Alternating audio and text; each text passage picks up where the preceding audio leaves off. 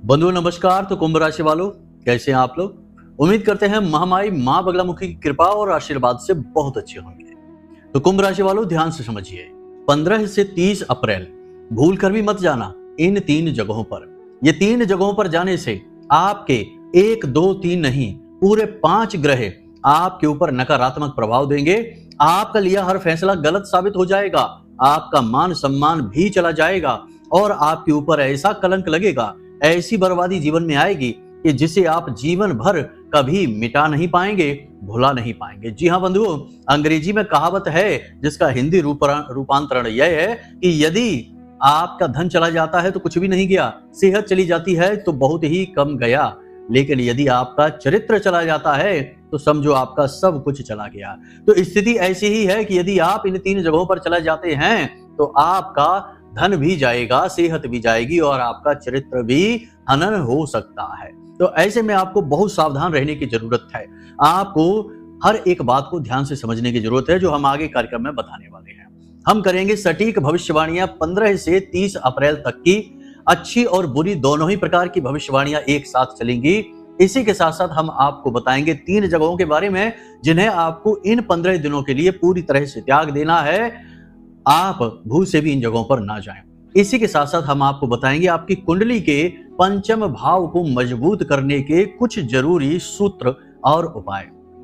जी हाँ बंधुओं, अब आपकी कुंडली का जो पंचम भाव है यह बहुत ही महत्वपूर्ण होता है। प्रथम त्रिकोणीय भाव होता है।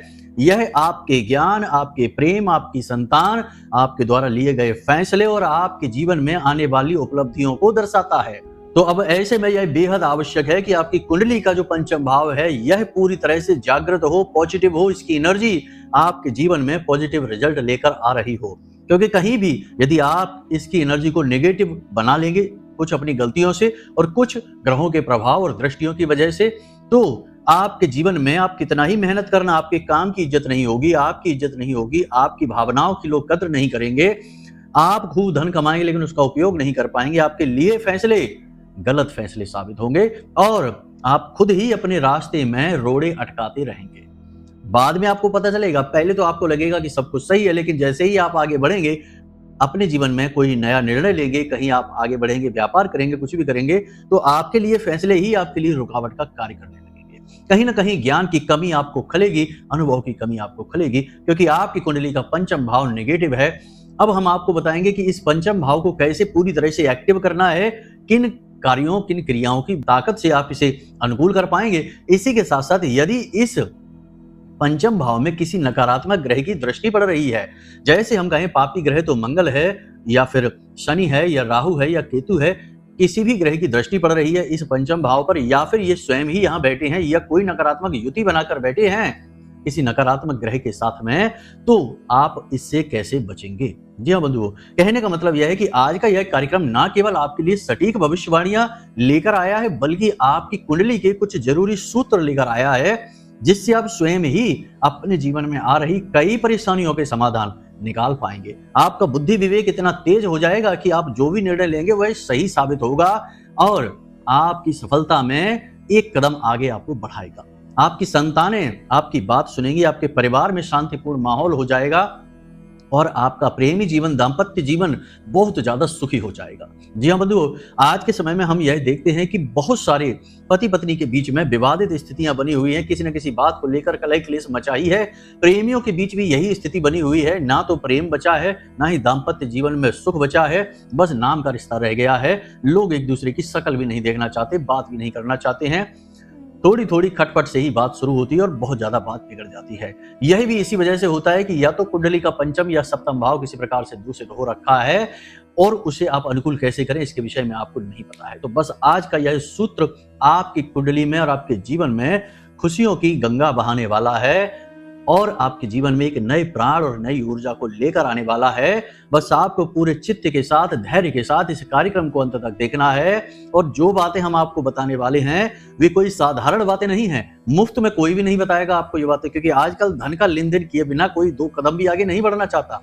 लेकिन हम आपको ये सारी बातें मुफ्त में ही दे रहे हैं, वो माता रानी की कृपा और उनके आदेश पर, क्योंकि हम माई की सेवा कर रहे हैं और हमारा उद्देश्य है कि आपके जीवन में सच्चा ज्ञान आए, जिससे आपके जीवन में खुशियां आए, केवल टाइम पास ही ना हो कि वीडियो देख लिया, टाइम पास हो गया, जीवन में कुछ भी नहीं बदला, तो ऐसा ना हो। इसलिए हम आपको वास्तविक ज्ञान देते हैं। मूल्य तो हमारी माता रानी देख रही हैं, जो उन्हें देखना होगा वो देती हैं, वह हमारा उनका अपना लेन देन है, भाव है।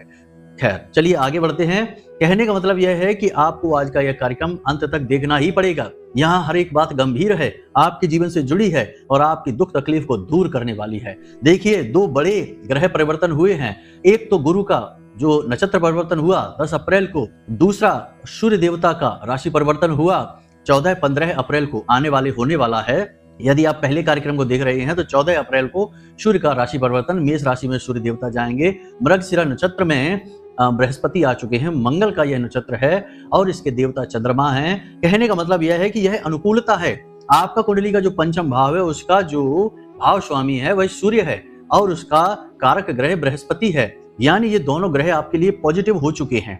अब इनकी पॉजिटिव एनर्जी आपको महसूस तब होगी जब आपकी कुंडली का पंचम भाव पॉजिटिव हो और पूरी तरह से सक्रिय हो, तब आपको इनकी पॉजिटिव एनर्जी महसूस होगी, आप जीवन में आगे बढ़ पाएंगे।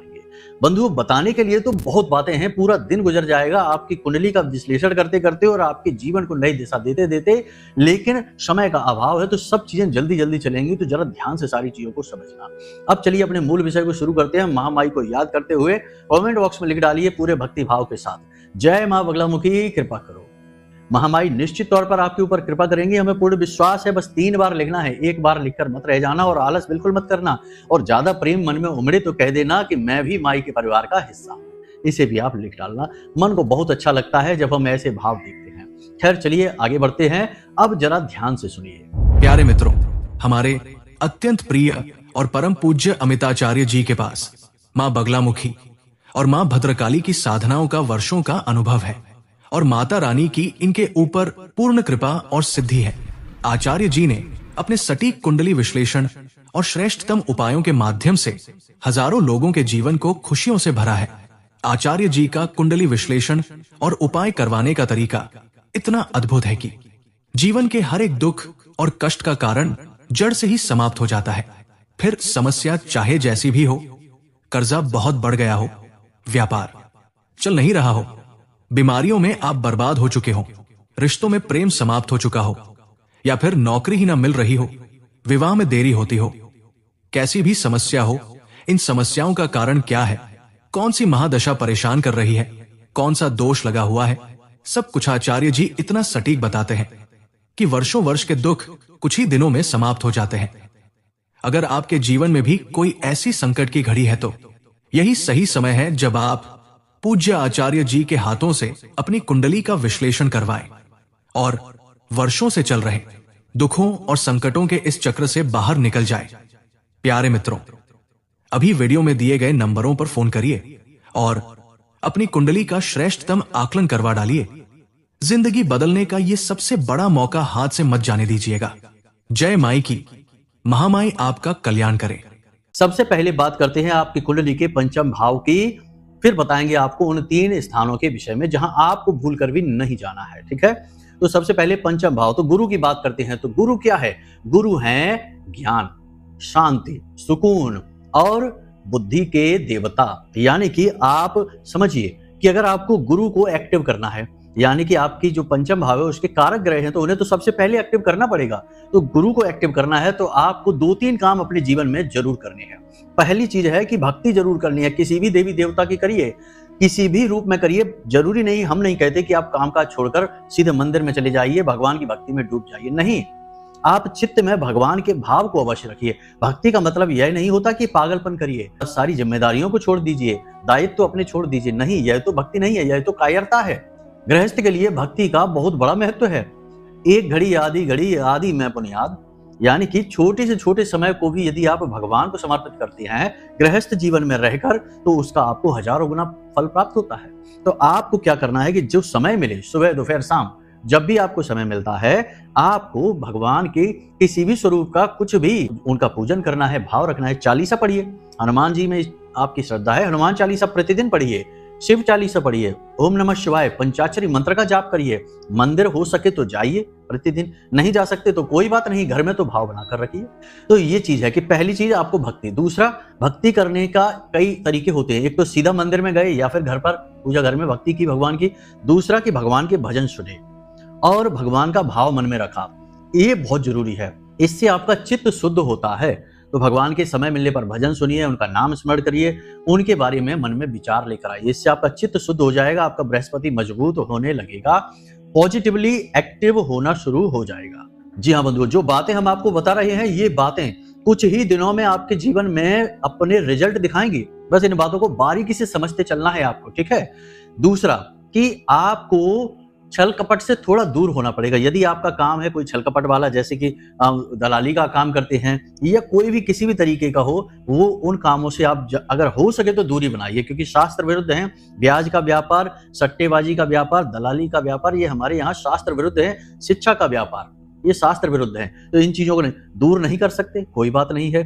तो आप अपने आप को सात्विक बनाकर रखिए, और जो भी आप कर रहे हैं अपने कर्म को, इस कर्म में आपको अगर झूठ बोलना पड़ता है तो उसके लिए आप मन में ग्लानि का भाव रखिए और उस कर्म को भगवान को समर्पित करिए। भगवान से कहिए कि हे भगवान, आपने हमें ऐसे कार्य में डाला कि हमारी मजबूरी है कि बिना झूठ बोले हमारा रोजगार ही नहीं चल सकता है, और आप यह भली भांति जानते हैं कि हम किस प्रकार जी रहे हैं। तो जो हम कर रहे हैं, जो हमारा जीवन हम चला रहे हैं, वह हमारी मजबूरी है, और हम यह सब अपना कर्म आपको समर्पित करते हैं।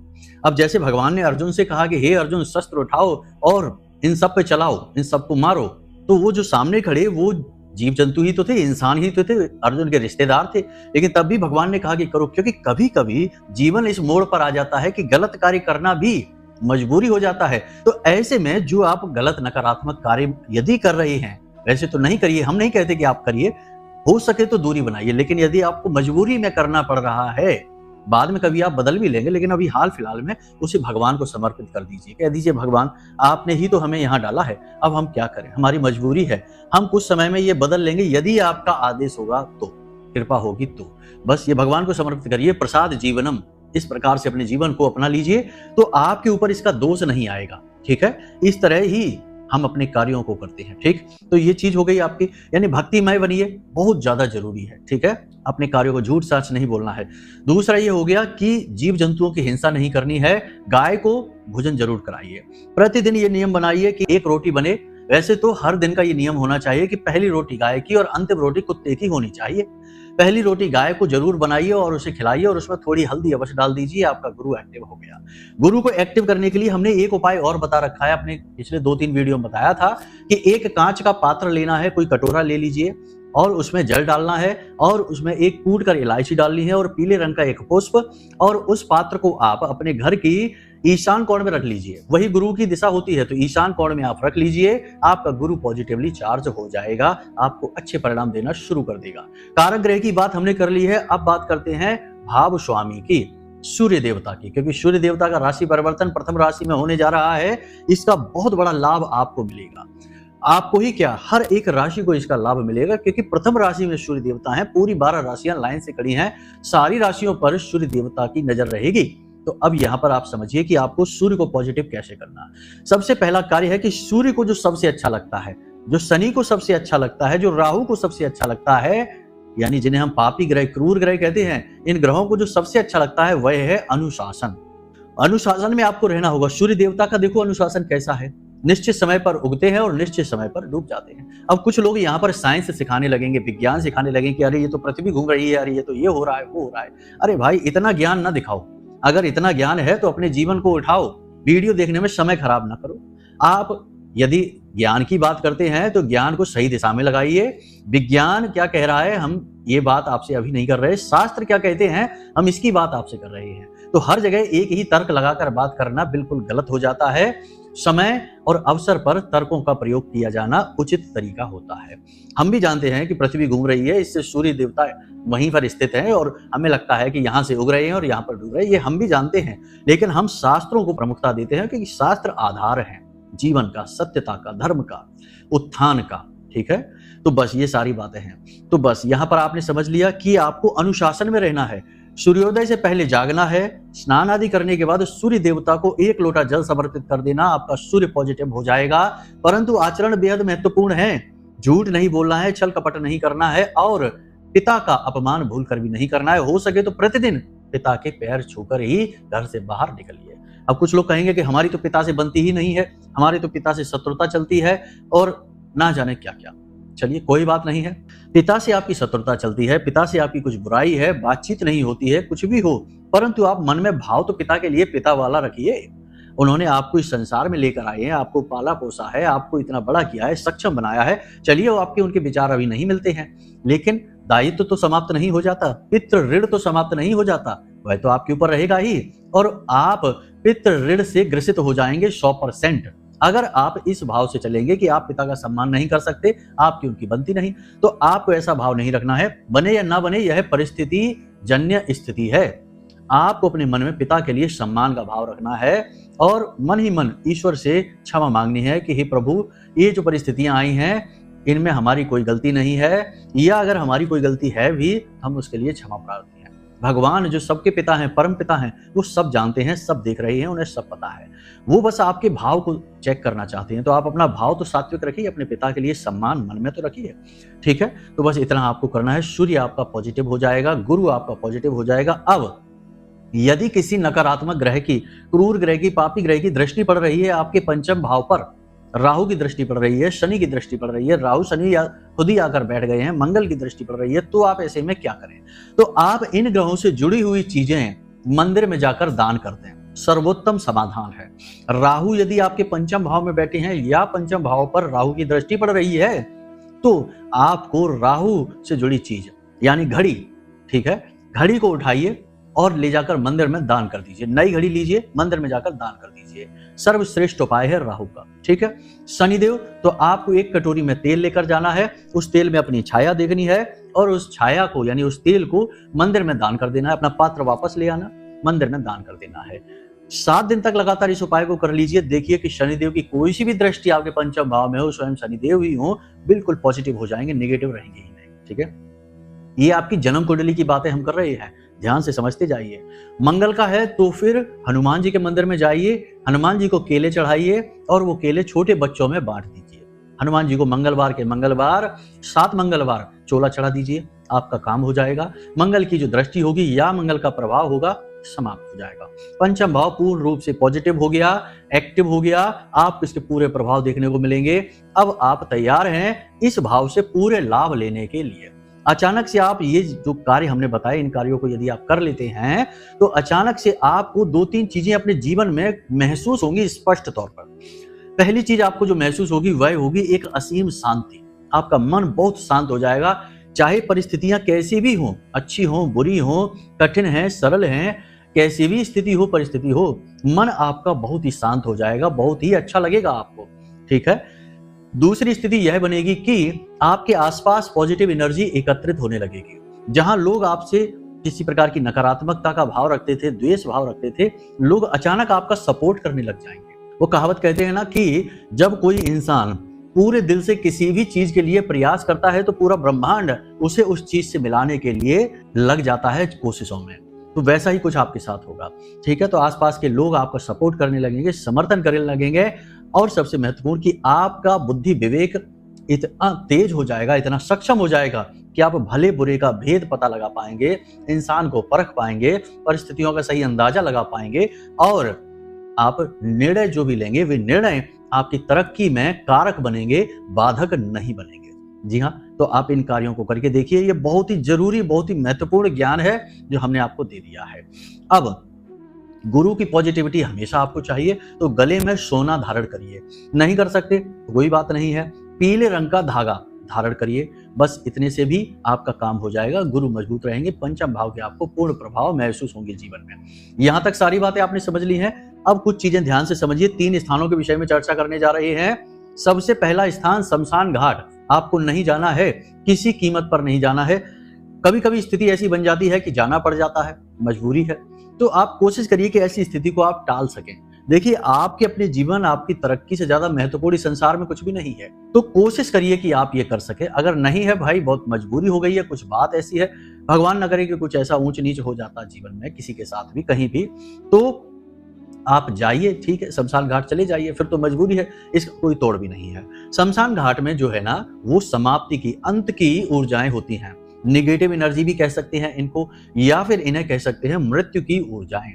यहाँ पर जाकर जो भी कुछ आप शुरू कर रहे हैं, आप एक चीज महसूस करना, जो व्यक्ति बार बार शमशान घाट जाता है, प्रयोग करके देखना, जो व्यक्ति बार बार शमशान घाट जाता है, वहां पर जाकर कुछ भी ना करे, बस बैठ जाता है, उसके बनाए हर एक प्लान, हर एक योजना असफल होने लगेगी। दुनियादारी से उसका संपर्क धीरे धीरे टूटने लगेगा, हर एक रिश्ते नाते में उसकी खींचतान शुरू हो जाएगी, हर तरफ से लांछन उसके ऊपर लगने लगेंगे, हर तरफ से दोषारोपण उसका होने लगेगा, और सबसे बड़ी बात कि उसका खुद का ही मन इस संसार में लगेगा नहीं।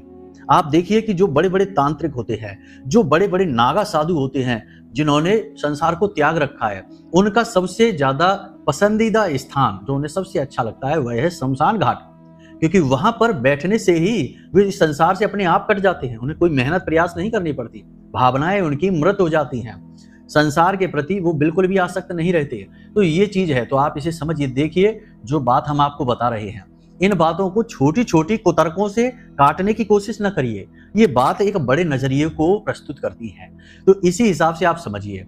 और हर एक व्यक्ति के लिए ये बात बताई जा रही है। कुछ लोगों की हो सकता मजबूरी हो जाए, जाना पड़ जाए, तो भाई जाइए, फिर ऐसा नहीं है कि आप किसी से बुराई न बोल लीजिए, जाना पड़ जाए तो जाइए, कोई बात नहीं है, फिर उसे भगवान को समर्पित कर दीजिए। जो कार्य आपके बस में नहीं है वह कार्य भगवान खुद कर रहे हैं आपके जीवन में, इसे आप ऐसे मानकर चलिए। आप कहीं जाना नहीं चाहते हैं और आपको मजबूरी में ही वहां जाना पड़ रहा है, तो समझिए कि यह भगवान की मर्जी है, वे स्वयं आपको ले जाना चाहते हैं, तो उसे भगवान को समर्पित कर दीजिए कि हे प्रभु आप जानो, आपका काम, हमारी मजबूरी है, हम तो जा रहे हैं। ठीक है, इस तरह से आप करेंगे तो इसका कुछ हद तक दोष जो है वो आप पर नहीं आएगा। तो पहली चीज ये हो गई कि शमशान घाट। दूसरी चीज, किसी भीड़ भाड़ भरे इलाके में आपको नहीं जाना है, भीड़ भाड़ भरे इलाके में, ठीक है, ध्यान से समझते जाइए, भीड़ भाड़ भरे इलाके में क्या होता है, क्यों नहीं जाना चाहिए। जब आप किसी ऐसे स्थान पर जाते हैं जहां बहुत ज्यादा भीड़ भाड़ होती है, बेशक वह तीर्थ स्थल ही क्यों ना हो, तो आप देखेंगे कि अचानक से वहां हादसे हो जाते हैं, अचानक से वहां ऐसी घटनाएं हो जाती हैं जिनके बारे में सोचा भी नहीं जा सकता कि अरे ऐसा यहां कैसे हो सकता है। कुंभ का उदाहरण देख लीजिए कि कैसा पवित्र स्थल, जहां की स्वर्ग से आत्माएं उतर कर आती हैं कुंभ स्नान करने के लिए, ऐसी स्थली पर भी कैसा हादसा हो गया, भीड़ ज्यादा होने की वजह से। प्राचीन काल में जब ये परंपराएं बनी थी, ये रिवाज बने थे, ये योग बने थे, उस समय पर इतनी भीड़ भाड़ नहीं हुआ करती थी, लेकिन अब तो जन सैलाब आता है, लोग टूट पड़ते हैं पागलों की तरह, भाव चाहे जाने या ना जाने, लेकिन सोशल मीडिया के लिए, फोटो खिंचवाने के लिए ही तीर्थ स्थलों का प्रयोग कर रहे हैं, अपने आप को नकली भक्त दिखाने के लिए दुनिया भर की भीड़ जा रही है, और मंदिर में भगवान के दर्शन करने की कोई रुचि नहीं है, वहां भगवान के बगल से खड़े होकर सेल्फी खिंचवाने में रुचि है। तो अब ऐसे में होता यह है कि बहुत ज्यादा नेगेटिव एनर्जी इकट्ठी हो जाती है, राहु बुरी तरीके से एक्टिव हो जाता है, और जब राहु एक्टिव होता है तो तुरंत एक विस्फोट होता है, एक नकारात्मकता उत्पन्न होती है, और वह किसी न किसी दुर्घटना हादसे को करवा देती है। अगर यह नहीं होता तो दूसरा यह होता है कि जो जो इंसान ऐसे स्थान पर जाते हैं, कुछ समय के लिए उनका चित्त भंग हो जाता है, पूरी तरह से नेगेटिव हो जाता है, और राहु उनकी बुद्धि पर हावी हो जाता है। ये आप समझ लीजिए, देख लीजिए, बहुत सारे लोग ऐसे हैं, देखिए हम हर एक की बात नहीं करते हैं, बहुत सारे लोग ऐसे हैं जो ये शिकायत करते हैं कि जब भी वो किसी बड़े तीर्थ स्थल पर होकर आते हैं जहां बहुत अधिक भीड़ भाड़ थी, बहुत ज्यादा शोर शराबा था, तो वहां से लौट कर आने के बाद वे बीमार हो जाते हैं। आपने भी ये बात कभी महसूस की होगी, कभी आप गए होंगे तो आप इस चीज को थोड़ा सा विचार करके देखना। हम आपको आपका मनोबल नहीं गिरा रहे हैं, हम भी धर्म से जुड़े हैं, माँ माई से जुड़े हैं, उनकी सेवा करते हैं, उनकी वंदना करते हैं, लेकिन हम आपको वास्तविकता बता रहे हैं। तो दिन के दिन ना जाइए, किसी अन्य दिन चले जाइए, भगवान तो वही है, उनका स्वरूप वही है, स्थान भी वही है, जब भीड़ ना हो तब आप चले जाइए। एक ही दिन पर सभी लोग टूट पड़ते हैं, तो इससे राहु एक्टिव हो जाता है। अगर आपके साथ कोई हादसा नहीं होगा तो आप बीमार हो ही जाएंगे, आपका मन खराब हो ही जाएगा, और लंबे समय तक आपका दिमाग शून्य अवस्था में रहेगा, आपको नए विचार नहीं आएंगे, अपने ही काम में मन नहीं लगेगा। तो दूसरा स्थान यह है कि आपको यहाँ भीड़ भाड़ भरे इलाके में बिल्कुल भी नहीं जाना है। तीसरा बड़ा विचित्र है, लेकिन आप ध्यान से समझिए, सोशल मीडिया पर आपको ज्यादा नहीं जाना है। सोशल मीडिया भी राहु है, ठीक है, और राहु अभी बुध और शुक्र को साथ लेकर बैठा हुआ है, इसे आप ध्यान से समझिए। तो सोशल मीडिया पर आपको नहीं जाना है। कुछ लोग हमने देखे हैं जो पल प्रतिपल की खबर सोशल मीडिया पर डालते रहते हैं। अलग अलग तमाम प्लेटफॉर्म है।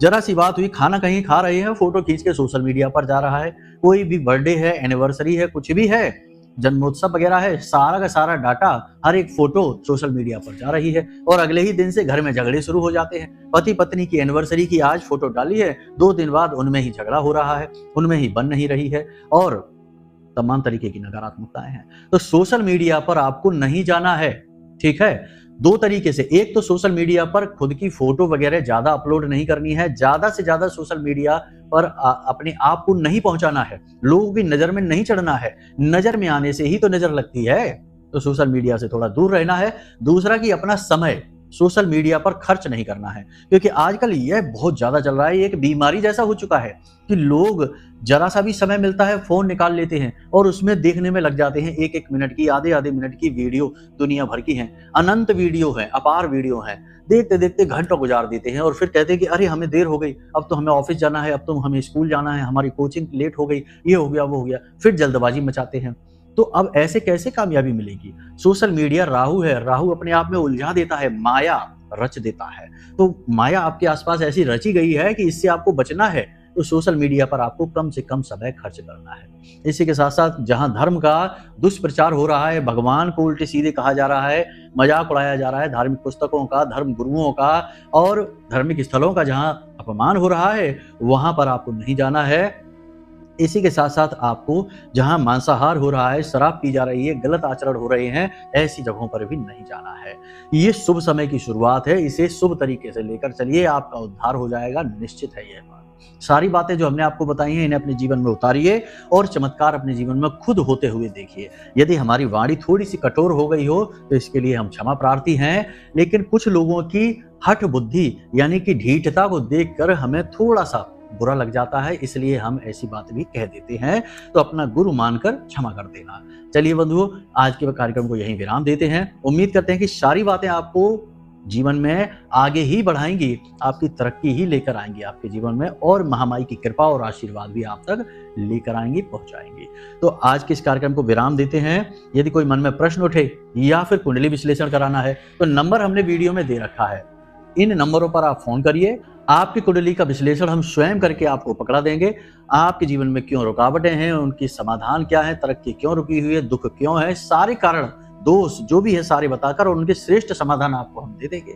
फिर आपका उद्धार क्यों नहीं होगा भला? जब रुकावट हट गई तो जीवन में तो खुशियां आएंगी ही आएंगी। हजारों लोगों के आ चुकी हैं तो आपके भी आएंगे। तो चलिए बंधु, हमेशा हंसते रहिए, मुस्कुराते रहिए, सकारात्मक रहिए और महामाई पर अपनी आस्था और विश्वास जरूर बनाकर रखना, क्योंकि आपका उद्धार तो वहीं से होना है। तो चलिए प्रेम से बोलिए जय माई की। महामाई आपका कल्याण करेंगी। धन्यवाद। हमारे प्रिय और परम पूज्य आचार्य जी ने अपनी साधनाओं के अनुभवों पर आधारित शक्तिशाली उपाय और क्रियाओं के माध्यम से हजारों लोगों के जीवन को पूरी तरह से बदला है। आचार्य जी के द्वारा बताया गया हर एक उपाय इतना सटीक और कारगर होता है कि जो भी इसे पूरे भाव के साथ कर लेता है उसे साक्षात महामाई की कृपा और आशीर्वाद प्राप्त हो जाती है। इसलिए निसंकोच इन उपायों को पूरे भाव के साथ करिए, आपका कल्याण होगा। जय माई की।